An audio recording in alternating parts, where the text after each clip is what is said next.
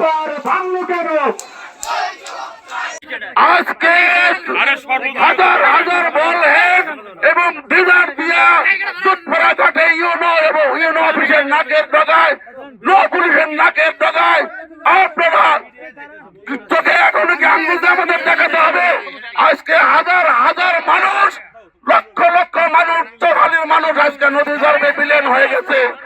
আমরা প্রশাসনের কাছে দৃষ্টি আকর্ষণ করছি, আপনার নাকে ডগায় কেমনি করে আজকে আপনার 22 ইঞ্চি ডিজার দিয়ে মাটি কাটা হয় তবে ইনশাআল্লাহ আপনাদেরকে ধৈর্য ধরার আহ্বান জানাচ্ছি। আমরা কোন নৌকা বলহেড ডিজারে আক্রমণ না করে প্রশাসনের কাছে বিচার রাখলাম। আজকে আমরা চৌহালিবাসী, আমরা আজকে আমাদের শেষ ভিটাবাটি সুখো রক্ষা করার জন্য আমরা সোচ্চার আছি।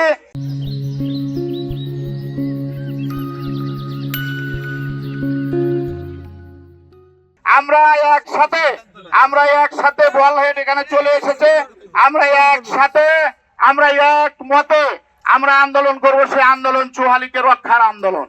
সকল দলমত একসাথে আমরা করতে চাই, আমরা করতে হবে। প্রশাসনের কাছে আমরা এই জবাবদিহিতার জন্য আমরা এখানে আজকে উপস্থিত হয়েছি। বিরাট ভাজন না হয়ে মেহরবানি করে যে কেউ আমাকে জানাইতে পারেন।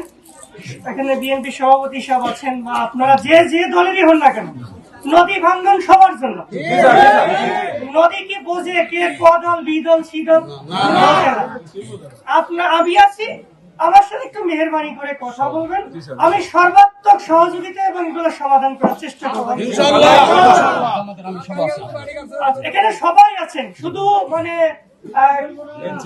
এনসিপি জামাত বিএনপি সবাই আছে। আমরা ভাঙ্গনের ক্ষেত্রে ন্যাচারাল যে বিষয়গুলো প্রথমত আল্লাহ পাকের কাছে চাবো যাতে আল্লাহ পাক ক্ষমা করে দিয়ে এগুলা দূরে নিয়ে যান বিষয়গুলো। আর আমাদের পক্ষ থেকে সুন্নতি চেষ্টা হিসেবে যে বিষয়গুলো আছে আমরা করব। মাটি কাটার সমাধান করার জন্য আমাকে এখানে দায়িত্ব দিয়ে পাঠিয়েছে ইনশাআল্লাহ। এখন আমি আমার যে বিষয়গুলো একটু খুলাসা করার চেষ্টা করছি। গতকাল পানি উন্নয়ন বোর্ডের লোকজন আমার কাছে এসেছিল, আমি ভিজিট করেছি। ওনারা আসছে ওনাদের অতীত প্রজেক্টের কাজে করার জন্য।